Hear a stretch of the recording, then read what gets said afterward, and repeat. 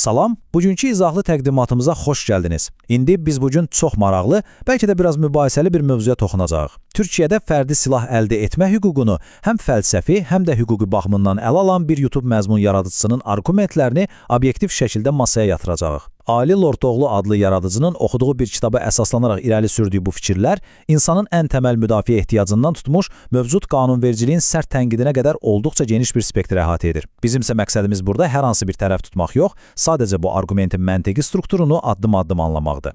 Baxın, bu mürəkkəb mövzunu dəqiqliklə incələmək üçün gəlin qısa bir planla tanış olaq. Məsələni 5 əsas başlığa bölmüşük. Müdafiə fəlsəfəsi, mövcud qanunların tənqidi, təlim ehtiyacı, idman atıcılığı və ona vurulan damğa və nəhayət silah nəzarəti paradoksu. Yaxşı, vaxt itirmədən rola girək və başlayaq. Birinci dayanacağımız müdafiə fəlsəfəsi. Diqqət yetirin, yaradıcı öz argumentinin bütün ağırlığını birbaşa bizim fundamental, bioloji və psixoloji insan ehtiyaclarımızın üzərinə atır. O məşhur ehtiyaclar iyerarxiyasını bir növ özünə məxsus şəkildə yenidən sıralayır. Birinci pillədə qida və enerji dayanır, yəni acırıq və yeyirik, bu çox aydındır. İkinci yerdə sığınacaq, yəni bizi təbiət hadisələrindən qoruyacaq bir ev gəlir. Üçüncüsü təbii ki, ailə qurmaq, sevgi və nəsli davam etdirməkdir. Bəs dördüncü addım? Baxın, yaradıcı iddia edir ki, bütün bu əldə etdiklərimizi, yəni həyatımızı, ailəmizi və vətənimizi xarici təhdidlərdən qorumaq ehtiyacı dördüncü, tamamilə fundamental bir addımdır. Və ona görə odlu silahın əsas məqsədi məhz bu müdafiəni təmin etməkdir. Və bu slayd məsələnin praktiki tərəfini həqiqətən əla nümayiş etdirir. Gözünüzün önündə canlandırın. 130 kiloqramlıq böyük bir təcavüzkar və 70 kiloqramlıq bir müdafiəçi. Tam bir fiziki bərabərsizlik, düzdür? Argument ondan ibarətdir ki, belə ekstremal vəziyyətlərdə və ya silahlı təhdidlərlə qarşılaşdıqda fərdi silahlar əslində tərəfləri bərabərləşdirən zəruri bir vasitə rolunu oynayır. Yəni, o vurğulayır ki, bu alət olmasa, daha zəif olan tərəfin sadəcə güclünün iradəsinə tabi olmaqdan başqa heç bir şansı qalmır. İndi isə fəlsəfədən çıxıb reallığa qaydırıq və keçirik ikinci hissəyə, mövcud qanunların tənqidi. Bu hissədə dövlətin bu təməl hesab edilən hüququ necə tənzimləməsinə və yaradıcının niyə bu qədər məyus olduğuna baxacağıq.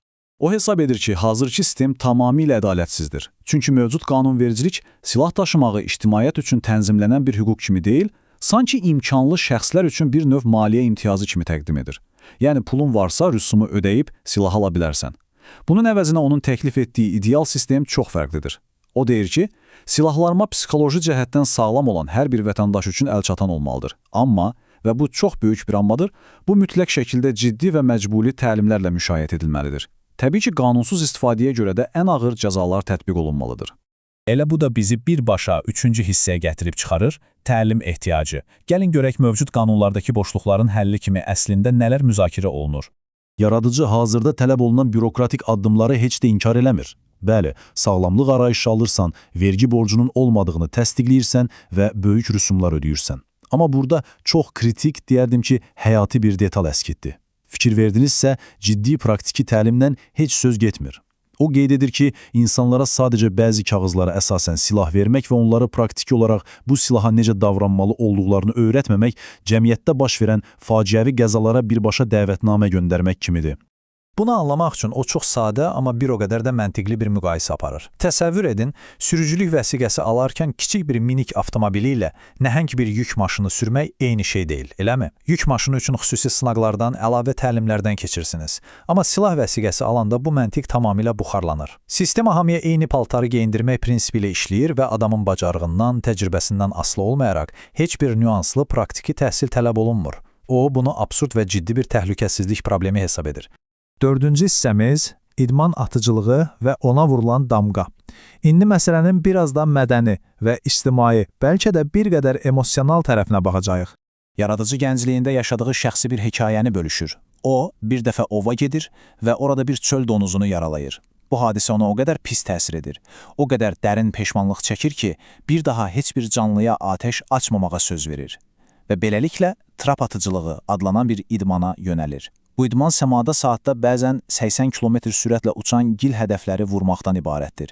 Yəni, inanılmaz dərəcədə refleks, ciddi nizam-intizam tələb edən və canlılara zərər verməyən tamamilə qanuni bir idman növüdür. Lakin gəlin görək, cəmiyyət buna necə reaksiya verir. O, İstanbulda sadəcə idmanla məşğul olmaq üçün etdiyi bir səfəri danışır. Üsküdardakı evindən çıxır, bərəyə minir və İstinye poligonuna qədər uzun bir yol qət edir. O vurğulayır ki, məhz kürəyindəki silah qutusuna görə bütün bu yol boyu insanların ona şübhəli, bəzən isə qorxu dolu baxışlarına dözmək məcburiyyətində qalır. O deyir ki, kimsə tennis və ya futbolla məşğul olanda hamı dəstəkləyir, amma o açıqlıqla məşğul olduğu üçün potensial cinayətkar kimi qəbul edilir və bu açıq-aşkar haqsızlıqdır. İndi bu slayd haqqında həqiqətən ən maraqlı və bəlkə də ən şaşırdıcı şey sadəcə bu rəqəmdir: 104. Yaradıcı atıcılığın aqressiya yox, bir intizam olduğunu sübut etmək üçün poligonda tanış olduğu 104 yaşlı bir insanın hekayəsini nəql edir.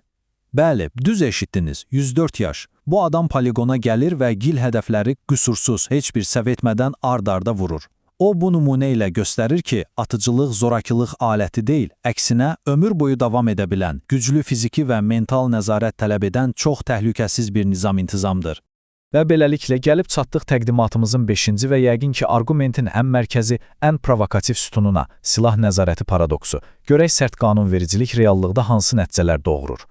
Yaradıcının icmalına verdiyi kitabdan çox kəskin bir stat var, gəlin onu birlikdə oxuyaq. Əgər silah sahibi olmaq cinayətdirsə, yalnız cinayətkarların silahı olacaq. İndi, bu nə deməkdir? Bu tezizin məntiqi çox sadə və sərtdir. Cinayətkarlar onsuz da qanunlara məhəl qoymurlar. Yəni, siz qanunlarla silahı qadağan etsəniz belə, o cinayətkar istədiyi silahı bir yolla tapacaq. Bu cür qanunlar onun arqumentinə görə cinayətkarı yox, yalnız və yalnız qanuna tabe olan məsum vətəndaşı silahsızlaşdırıb müdafiəsiz qoyur.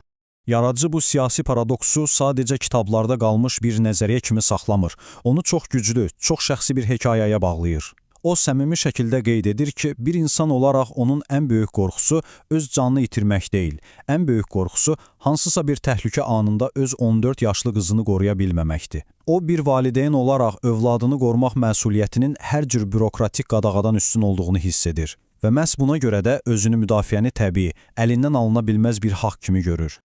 Bütün bu detallı təhlildən sonra əslində ortaya belə bir çətin, təməl bir sual çıxar. Dövlətin tənzimləmə mexanizmi ilə fərdin özünü qorumaq hüququ arasındakı o incə tarazlıq əslində haradadır? Bir tərəfdə cəmiyyəti təhlükəsiz saxlamaq üçün qaydalar tətbiq edən bir dövlət, digər tərəfdə isə ailəsini qorumaq kimi ən təməl instinktlərinə əsaslanıb bu hüququ tələb edən fərd. Alil Ortoğlu'nun analizləri bizə aydın göstərir ki, bu məsələ sadəcə qadağan edək bitsin yanaşması ilə həll ediləcək qədər bəsit deyil. Biz bugün hər hansı bir tərəfi tutmadan sadəcə bu dərin müzakirənin anatomiyasını sizə çatdırmağa çalışdıq. İndi isə düşünmək növbəsi sizindir. Sizcə, bu çətin tənliyin ideal həlli nədir? İzlədiyiniz və bu maraqlı müzakirədə bizə qoşulduğunuz üçün çox sağ olun, növbəti izahlı təqdimatlarımızda görüşənədək.